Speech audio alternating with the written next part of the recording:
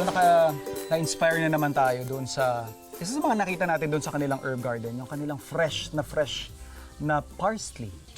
Isa sa mga traditional dishes na I guess kailangan mong matutunan as a chef or maintindihan is yung scampi. Most of us would think na ang scampi ay pangalan ng dish, when in fact, scampi is the name or the Italian name of langoustine. Langoustine is parang kamag-anak ng lobster. So ito yung mas slim, pero same characteristics. May claws, segmented pa rin yung katawan nito. As far as taste, it's practically the same. Kaya kadalasan pag may nakikita kang langoustine sa mga fine dining restaurant. And then parang nung pumunta yung mga Italian sa Amerika, since wala silang langoustine doon, gumamit sila ng shrimp or prawns. Yun yung gagawin natin. Yun yung kinamulatan natin na shrimp scampi.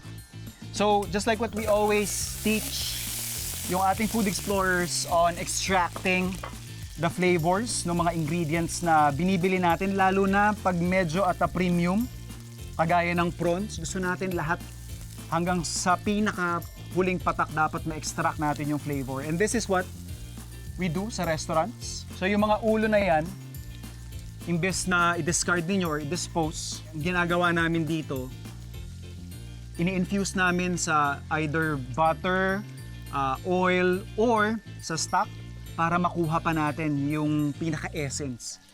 Kasi maraming flavors pa ang nakatago dyan sa heads at saka dun sa shell. Pakakapitin natin yung lasa ng shrimp or ng ating prawns doon sa ating mantikilya. Hahayaan lang nating mag-steep, lumabas yung lasa yan. And then later on, gagamitan natin yan ng potato masher para talagang lumabas lahat ng lasa niya. Ayan, nagiging orange shade na yung ating butter. So ibig sabihin yan, very effective yung ginagawa nating proseso. So at this point, nakita nyo na ibang-iba na yung kulay ng ating mantikilya. Pwede na nating i-strain yan. And that, my friends, ang liquid gold. Shrimp scampi is best or traditionally served with bread or pasta. We're choosing bread this time. We have here baguette. Since garnish lang ito, kayong bahala kung paano nyo siya gustong i-serve. Ako gusto ko ng medyo parang crisps. So ganyan lang yung kaninipis. Dip lang natin. Mabilis lang. Hindi nyo kailangang ipasok doon sa bread yung mantikilya nating malaginto. So totostahin lang natin yung ating tinapay doon sa ating pan.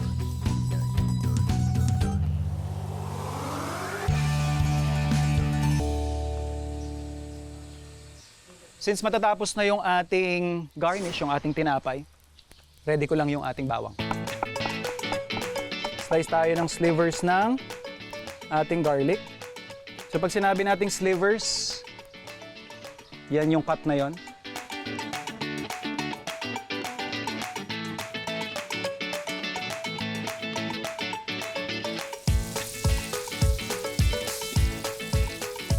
So hot pan, yung ating generous amount of garlic.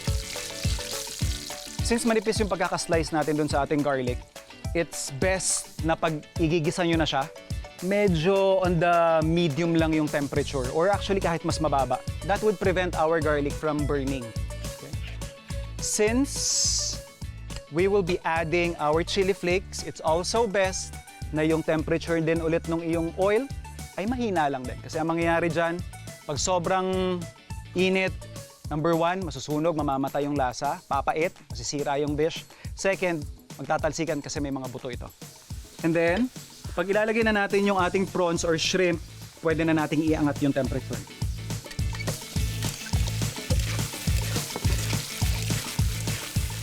Since we used salted butter, medyo kakalmahan lang natin yung pag-season natin ng asin. Then pepper.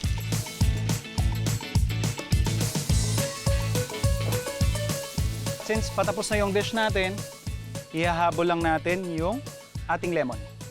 Pero bago natin tanggalin yung kanyang juice, tatanggalin ko muna yung zest. Pandagdag natin to finish off the dish.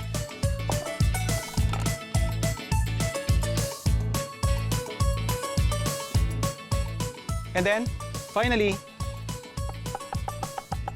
yung ating parsley. Okay. Turn off heat, konting halo, pwede na tayo mag-serve.